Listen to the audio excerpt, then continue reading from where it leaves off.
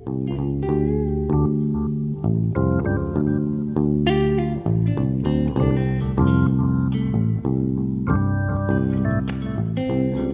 to Keep the Game Beautiful podcast.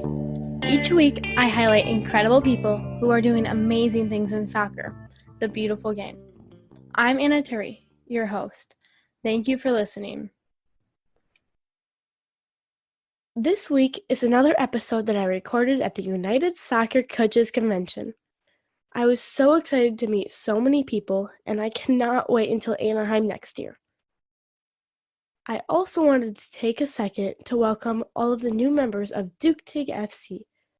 I'm super proud to know that Addie and Tiff are huge supporters of mine, and I actually sent them my first product idea today.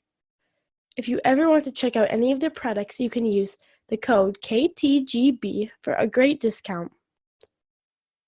Over the weekend, I had a chance to take 2 free United Soccer Coaches classes in Kansas City.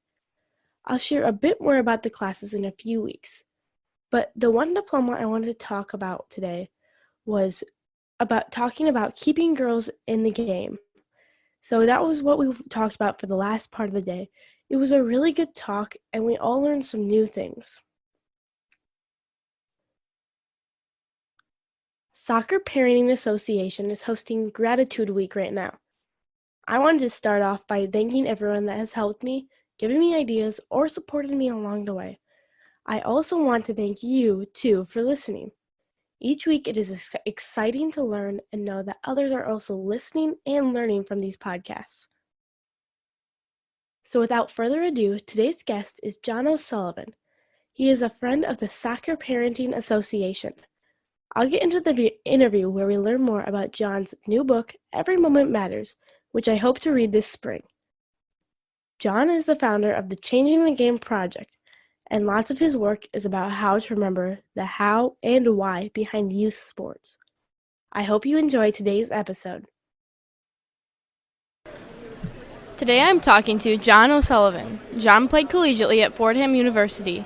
He was a member of the 1990 Patriot League championship team. He has played professionally for the Wilmington Hammerheads. He then went on to coach at the high school, college, and youth level at many places.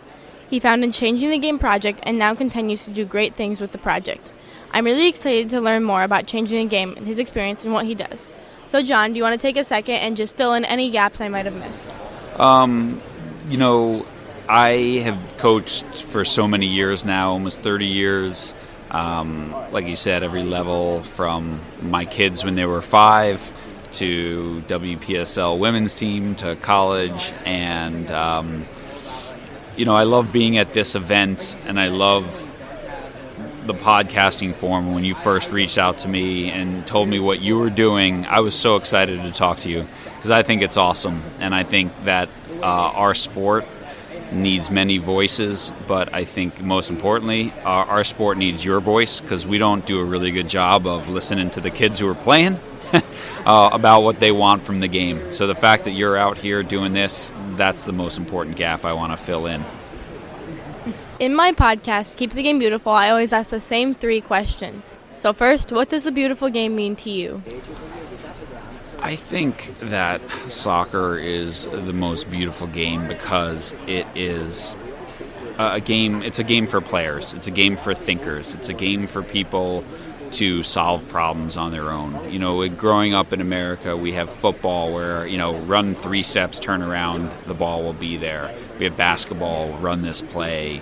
We have ice hockey, try to run this play. And soccer is this game where, you put players on the field, and 45 minutes later you get to talk to them. And for 45 minutes, they have to solve the problems. They have to come up with solutions. And I think that makes it such a beautiful game, because I think that's what human beings want to do. They want to be creative. They want to try things. They want to fail. They want to solve their problem. And I think the game becomes unbeautiful when it becomes too much about the coaches, and it's most beautiful when it's just about the kids. What are actions or things you do to keep the game beautiful? When I'm coaching, right, and right now I coach a bunch of 12-year-old boys, I think the most important thing we do is we play a lot. I think all those kids signed up. None of them signed up to stand in line, right? they signed up to play. And so we just try to play a lot of games and practice, and we let the game teach people about how to make decisions, where was that the right decision, what I have to work on. So I think that's one of the biggest things. Number two, letting the kids own the experience, letting them hey, what do you guys want to do in practice today, or what do you feel like we need to work on, what do you want this team to feel like when you come here, things like that. I think that's what keeps it beautiful, right, when it's about who's in front of you. How do you encourage others to keep the game beautiful? I travel around the world teaching them. I've written a couple of books now, and I really try to work hard to just encourage people to be the coach that you always wish you had, right? Most people can remember their favorite coach. Well, what was it about her, or what was it about him? They were passionate, they made it fun, they were fair, they communicated well, they knew what they were talking about. And so we all have that coach in us, and sometimes pressure from parents or pressure to win takes it away. And so we really want, to encourage people, just be the coach you always wish you had, and your kids are probably going to like it. So before we get really far, can you just talk what changing the game is all about? Yeah, so we started changing the game in 2012, and I have a team of speakers, and we go around the world and we work with schools and sports clubs and youth sports governing bodies to do parent education. So how can parents help their kids in sports? To do coach education. So how can we teach our coaches a little bit better? And to do organizational development. So how can you run a better league, or how can you run a better club, so that it can be what we call not transactional. Hey, you pay us money, we give you soccer, but transformational. So we teach you about life. We make this something that is the best part of your day. Every day you're involved with it. That's what we try to do. Or we say our vision is, put a little more play back in playing ball. So what's the 5-word phrase every parent should tell their athlete after they play? I talked about this in my TED Talk, and it's simple, and I certainly didn't come up with it. But it's, I love watching you play, right? I love watching you play. I mean, when you're done, and you probably know this, right? You're tired, you're hungry, you're emotional. You're not ready to be coached. You're just ready to go eat lunch. And so I think if parents can be really consistent about just saying, hey, I love watching you play, your kids will talk to you about the game when they're ready. How did I love watching you play become such an important phrase to you? Probably because I had my own kids, and I realized, I looked at their faces when I didn't say that, when I decided that, hey, I want to coach, or I want to help, or I want to, try to teach you something right in this moment in the car ride home. And when you see your kids' faces fall because they feel like you're disappointed in them, or that you're upset at them, or that you're angry at them, and that your happiness depends on how good they did in their soccer game, it breaks your heart, I think, as a parent. And so when I started saying to my own kids, I love watching you play, I love going camping with you, I love going skiing with you, I love the fact that, you work hard and you're a good friend, and you see their faces light up. I mean, I don't think you could possibly do that and feel like, oh, I'm doing the wrong thing here. So one of the things I really struggle with is hearing coaches or parents write an athlete, and it's one of the main reasons I started this podcast. You can really tell how much pain the player the player's in. Mm-hmm. What can I do when I see this happening to a peer? When, you mean like when you hear coaches or parents yelling at them, yeah, like from the sideline? Mm-hmm. Ooh, well, that's hard. I mean, I think one of the things you can do as a teammate is go over to that player and say, hey, it's okay, come on, we got your back. I think the best teams are the teams that, you don't make a mistake, I don't make a mistake, it's our mistake, and we own it as a team, and we fix it as a team. So I think supporting your teammates, because you're probably not going to go over to their mom or dad and be like, hey, zip it, right? Hopefully the coach might. And then I think, as a player or as a team, especially, Once you're in middle school, once you're in high school, you have to learn to advocate for yourself. So if your coach is being really loud from the sideline, is micromanaging, have the courage to go up to your coach and say, Coach, I love you, and I know you're trying hard, but it's really not helpful to me when you're yelling at me when I'm dribbling the ball and telling me where to pass it. I just can't do it. You know what I mean? So I think things like that, players need to learn to advocate for themselves. They need to learn to ask for help when they need it. They need to learn to speak up when they don't understand something, and they need to, own your experience as well. The more you own it, the more coaches and parents tend to take a step back and let you run with it. How could I respond to this as a referee or a peer coach? Well, I think referees, it's really sad to me, the amount of abuse they take. I coached a young lady who's the same age as you. She just started refereeing this fall. She was refereeing a U10 game, and the coach on the other team was just abusing her. And she was crying, and after the game, her dad called me and said, "This is ridiculous, right? What is this coach thinking, yelling at where else would we think it would be okay to scream at a 14-year-old girl because she missed a call? Or maybe she didn't even miss a call, right?" Mm-hmm. And so I think, I think, number one, we have to support referees. I think coaches have to speak up and advocate. They have to model great behavior. Then they have to speak up to their parents that, hey, we don't talk to referees. And then they have to talk to their players about that as well. Now, I've also seen in hockey in Minnesota, they ran a tournament, and before every game, the referees called the crowd in, and they said, "Hey, my name's John. I'm a former U.S. Marine. I have 3 kids, age whatever. I've been refereeing hockey for 15 years. I'm going to make some mistakes today, but my kids all played youth hockey too, and we're going to do our best to make this the best game possible."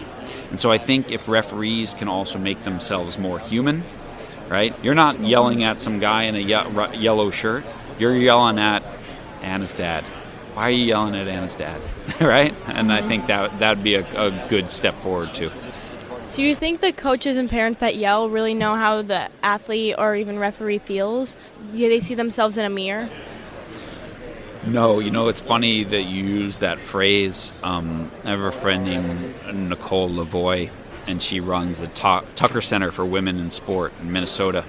And she said to me once, she said, "Well, John, parents are vampires." And I said, "What does that mean?" Because I don't watch Twilight and vampire movies. Do you? No. Oh, okay. Well, so I learned this from her. Do you know what happens when a vampire looks in a mirror? No, I don't. They don't see their own reflection. And so that's what she said. People think that, oh yeah, parents are the problem in sport. They're all crazy, but they never see it in themselves, right? They never see it in themselves yelling at referees. And so she said that to me, and it's funny because I go to sit on an airplane, and people ask me what I do, and I said, I go to schools and sports clubs and I help parents support their kids and mellow out a little bit, and everyone says, "Oh my gosh, you have to come to my club, you have to come to my school," because all the other parents are crazy. No one's ever said to me because I'm nuts. So people don't see it in themselves. So I think we just have to put information out there. We can film them, we can have podcasts like this, and eventually we start shifting the culture. What should the parent role be? In terms of supporting their athletes? Yeah. I think all kids need 3 things to do well in sport, right? They need ownership. So as a parent, we have to step back, right? We didn't score 3 goals today. My daughter scored 3 goals. So they got to own it. They have to enjoy it. So are you having fun? Are you enjoying this? And then intrinsic motivation. So are they motivated to go out and practice on their own, to get better on their own? And so as a parent, if we can love watching our kids, give them the space to own it, make sure they enjoy it, and develop that intrinsic motivation, we've done our job, right? We're helping them find the thing they're passionate about instead of trying to determine it for them. So I see a lot of joystick coaching where the coach is just feeding the players on the team just direct instructions. How impactful is this style of coaching? Well, it's very impactful if your only concern is we want to win today. It's not very impactful if your goal is to teach my player to be good 4 years from now. Because what you're really doing is you're stealing the reps from your kids. I talk about in my new book, don't steal the reps. So if you go to the weight room and on number 8, 9, and 10 of your bench press, if you're really struggling and you can't hold the weight, if I come in and take it off your shoulders and do it for you, you're not getting stronger, right? And I think we have to start thinking about this joystick coaching or joystick parenting the same way. If you are stealing the reps, if you're telling your kid where to pass it, when to shoot it, where to run, you're basically taking the barbell from them and doing the sets for them. But if you let them struggle, if you let them push through it and suffer a little bit, then that's where the learning happens, right? Learning happens on the edge of your comfort zone. So if you want your kids to learn, you got to be willing to let them struggle. Do you think there's some sports where joystick coaching is more common than others? Yeah, I mean, certainly basketball, certainly American football. I think sadly in some places in soccer it is as well. But I think for the most part, yeah, it's those sports. I think great soccer coaches are the ones who let the game belong to the players, and practice is more coach-centric. But because we live in America, where a lot of people's big sports are very coach-centric, when soccer comes along, they try to coach the same way, and it's not really conducive to learning. So as an athlete, I feel better and stronger about my performance when I make mistakes versus when I try to be perfect and do everything right. Would you say this is how most athletes feel? Well, I think most athletes, especially the great ones, realize that you're going to make a lot of mistakes, and that the only way to get better is to not be afraid to make them. When we're afraid or when we try to avoid mistakes, when we play not to lose, we become tight, we become tentative, our body releases cortisol, it's harder to breathe, versus playing to win. So, for example, there's really interesting research in soccer where in World Cup penalty kick shootouts, if a kicker is taking the kick and that'll win the shootout for their team, they make 90% of those. But if I'm taking a kick and if I miss, we're going to lose the shootout, the kickers only make 60%. So that tense, that tentative, that outcome focus, that I have to be perfect or else, has a huge performance difference. And so it's been proven in many, many sports. And so again, what we should be teaching our athletes is, be outcome aware. I want to win, right? But purpose-driven, process-driven, focused on the next play, not the last one. So yesterday I recorded a podcast that bombed. After that, my dad told me that it's like when I play goalkeeper and a college coach is watching and people are okay with me making a mistake. Is this the type of lesson that you think sports can have in other areas of life? For sure. I think, first of all, one of my favorite quotes is from the old president Teddy Roosevelt, and it was the speech he gave called "The Man in the Arena," but let's just call it "The Person in the Arena." And he says, lots of people point out how the doer of deeds failed, but the credit belongs to the man in the arena who's bloody and sweaty and is not in the end, if he fails, at least fails while daring greatly. That's just one of my favorites, right? If you're going to put yourself out there and do something great in sports, in podcasting, whatever, you're going to fail. And lots of people will love to be critics and point out how you messed up. Who cares? I can tell you this, when I was a college coach and I was looking at a goalkeeper, I know that goalkeeper is going to give up goals, because if they're coming to my Division I school, they're going to give up goals. I want to know what they do after they make a mistake, because when they make a mistake, if they fall apart, then you know what? Then it's not going to work. But I want to see what happens after they make a mistake. Do they then make the next play? Does their mind move on? And if it does, that's the kind of kid I want on my team. And that's the kind of person I want in life. Are there other lessons and ways participating in sports can build a better people? I mean, I think there's so many, but especially if coaches are intentional. So I think a lot of times people say sports develops character, but sports develops naturally one type of character, which we might call performance and character. So you sign up for soccer, or I know you like to wrestle, right? You learn to work hard, you learn resilience, you learn grit. That's performance character. But sport does not develop moral character, integrity, respect, sportsmanship, unless coaches intentionally teach it. So we need a generation of coaches who are not just running hard practices to, quote, develop character, but talking about integrity, talking about respect, not cheating to win games, not stealing the reps from their players, things like that. So I think it can be a great place to teach life lessons, but it can also sadly be a place to teach the wrong lessons if not done well. What advice would you have for someone that coaches their own child in a sport? I wrote a whole chapter in my new book about that, because I think 80% of coaches end up coaching their own kid at one point. And, big advice from me, number one, is just you have two hats. You have a coaching hat and you have your mom or dad hat. And when practice ends, you have to put your mom or dad hat back on. For too many kids whose parents coach, practice never ends, the game never ends, right? And so they spend the whole ride home rehashing the game and continuing to be coached, and they just want to be a kid again, right? And so I think that's the biggest thing. Just let the game end. Switch your hats. Just be mom. Just be dad. How can a parent switch their hat if they're having trouble?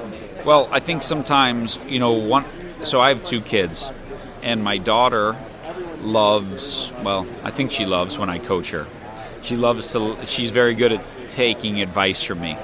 My son, not so much. So what I say to my assistant coach when something's not going well or my son's not doing something, I'll say, hey, talk to TJ, tell him this, this, and this. And so he'll jump in and coach him, and my son will listen to him because that's his coach, not his dad. Right? So I think if you are a parent coach and your kid's not listening, turn it over to your assistant coach and let him or her coach your kid in that moment, and you'll probably get better results. So I'm really lucky to have a city park right outside my back door. And my parents encouraged me and my brother to go play soccer in the backyard and the street too. Do you think most kids have access to a safe place to enjoy sports? Some places, yes. Some places, sadly, no. I think, we live in a country that's very scared about violence and things like that. Even though the numbers of violent crimes are down, the news coverage of them is way up. So we feel like around every corner there's not a safe place. So you're very, very lucky. Where I live, we're very, very lucky. I can send my kids down to the local basketball hoop / park and do that, and they can go and have a great time, I think the U.S. Soccer Foundation is really working hard right now to build lots of sports courts in inner city areas and things like that are, creating safer places to play. But in a lot of big cities, there's not a lot of safe places to play, and it's kind of sad. Do you think parents need to give kids more freedom to just play pickup soccer, or is there another answer? Well, I think probably the happy medium is we'll have to have someplace organized and safe, but we have to start valuing free play. I think a lot of parents don't value free play. When I've run soccer clubs and I would do free play Fridays, no one would show up. If I ran skill development Friday, it'd be packed, right? And so people think that free play is a waste of time, yet in this beautiful dynamic game of soccer, free play is where you become creative problem solver, self-organizer, and so it's really important that we as parents value it, so our kids value it too. So sometimes I see kids traveling all over the country. I think it was an AAU basketball that had a 6U tournament. 6U national championship. I know club sports travel and everything. It can be really expensive. It might not be available where someone lives. Does concentrating too much on the high level of the game make it challenging for a sport as a whole?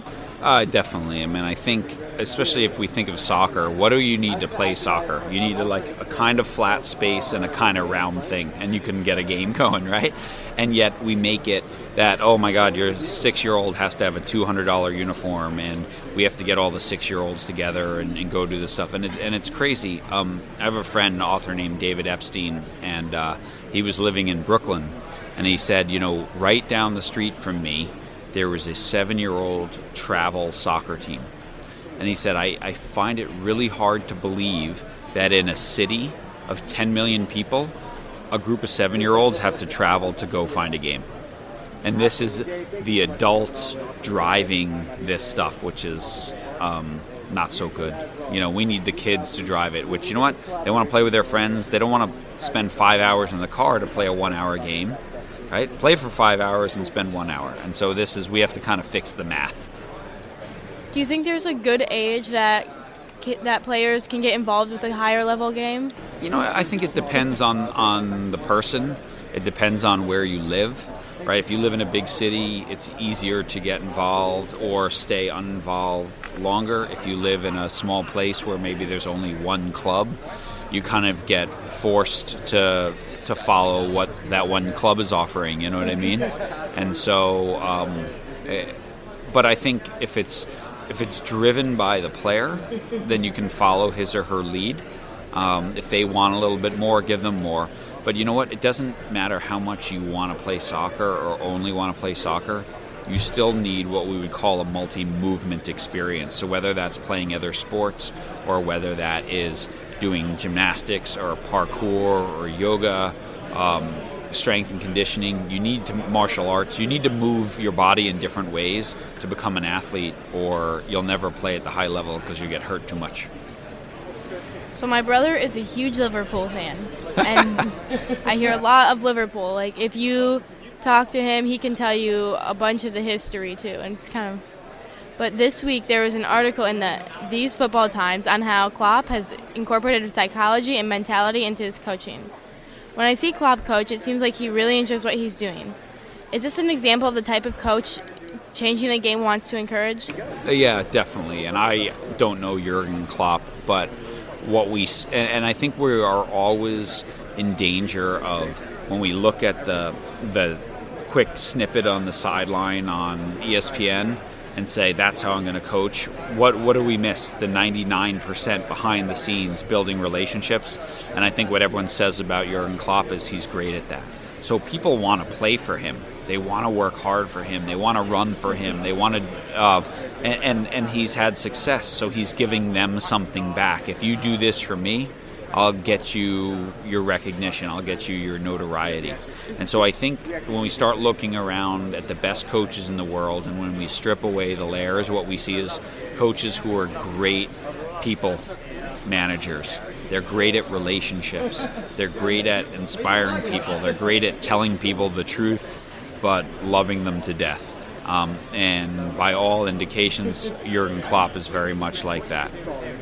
So do you think having someone like Klopp with such success will help grow awareness for this type of coaching? Definitely. And I think, certainly in the U.S., we've seen this with maybe Pete Carroll or Sean McVay in football, Steve Kerr in basketball, Brad Stevens. We're seeing these coaches who are really focused on relationships. And in the soccer world, for sure, Pep Guardiola, he's very intense. But I've had the privilege of watching him coach, he's very intense on an individual level. He gets around to every player. He makes them better. he connects. He tells each player, "Hey, I see you, I see you, I see you." Klopp does that. Alex Ferguson was very famous for doing that. So I think when we look at these managers, we have to notice that people who are focused on the psychology of their athlete and are focused on relentlessly connecting, that's definitely the type of coach we want to help develop at Change the Game project. So sometimes coaches might earn their position because of their athletic ability. How important is it to look at their soft skills also?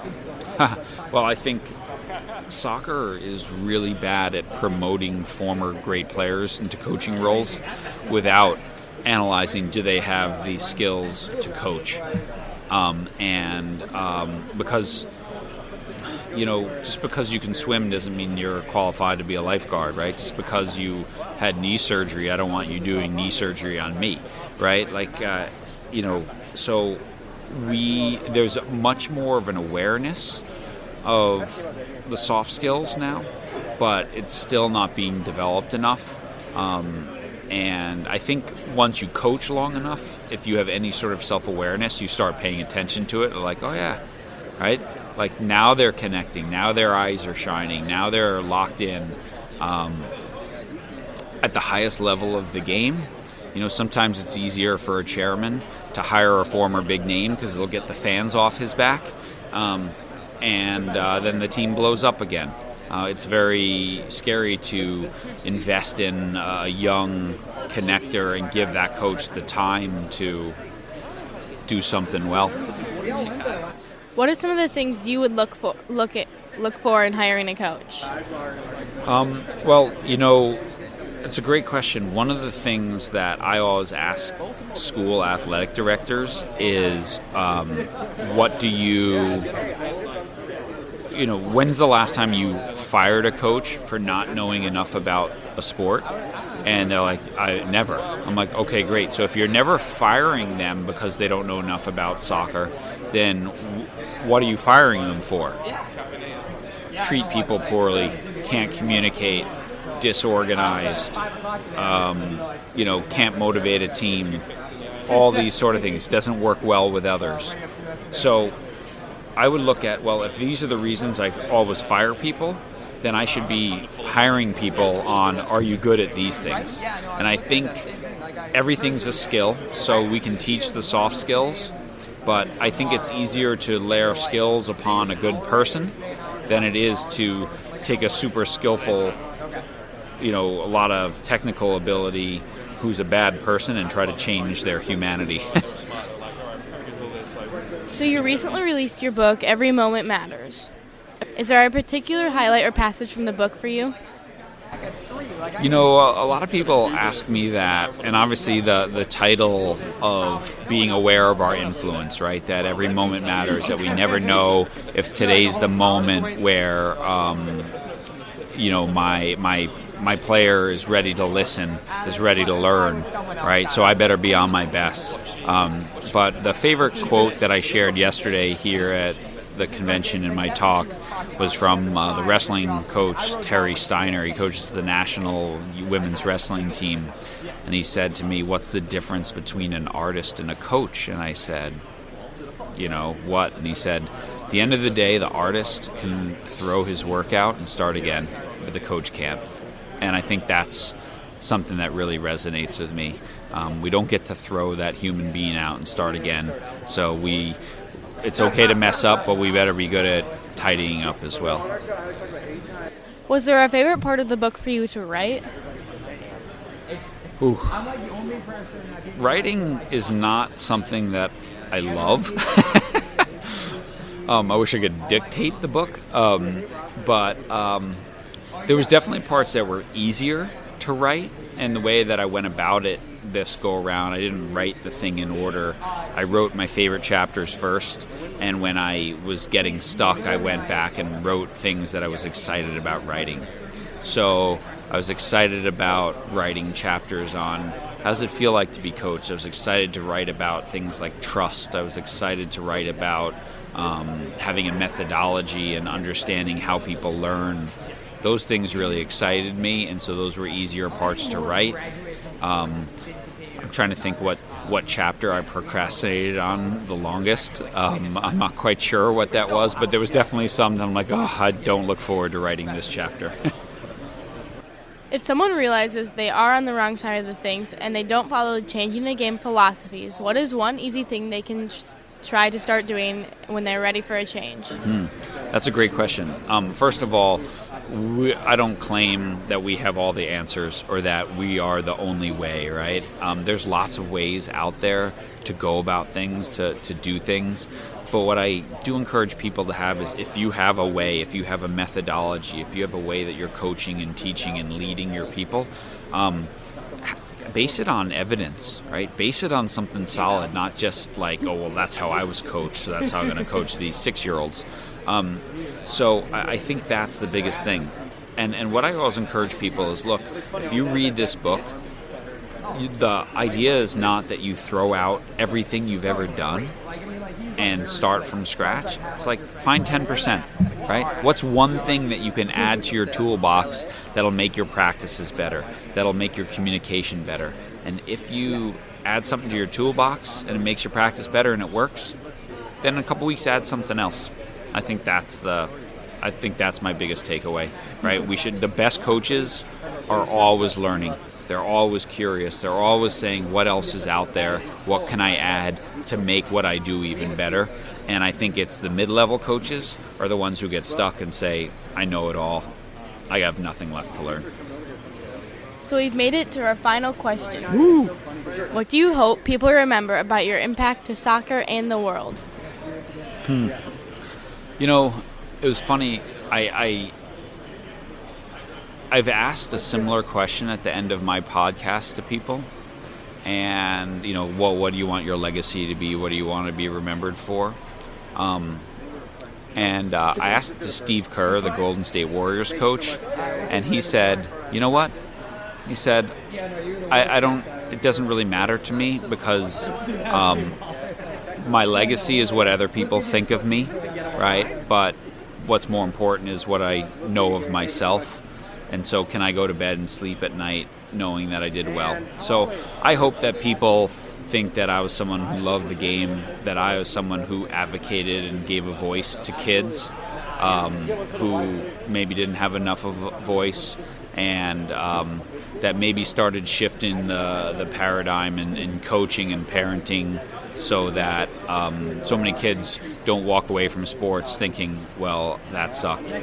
I want them to love it as much as I did. I want it to impact their lives as much as sports and some coaches impacted my life. And so hopefully, if I can make a difference for a few families or for a few kids, then that would be great. Thank you so much. Oh, and thank you for what you're doing. This is awesome. John gave me a lot of great information, and I could really tell that he is passionate about helping youth enjoy whatever sport it is they love. In addition to changing the game, there are other similar organizations that share some of the same beliefs. John OSullivan also has other podcast episodes that he has recorded and a great TED Talk. I know too he's happy if guests reach out to him on social media. Thank you for joining today's episode. I hope you learned something, and until next week, remember to keep the game beautiful.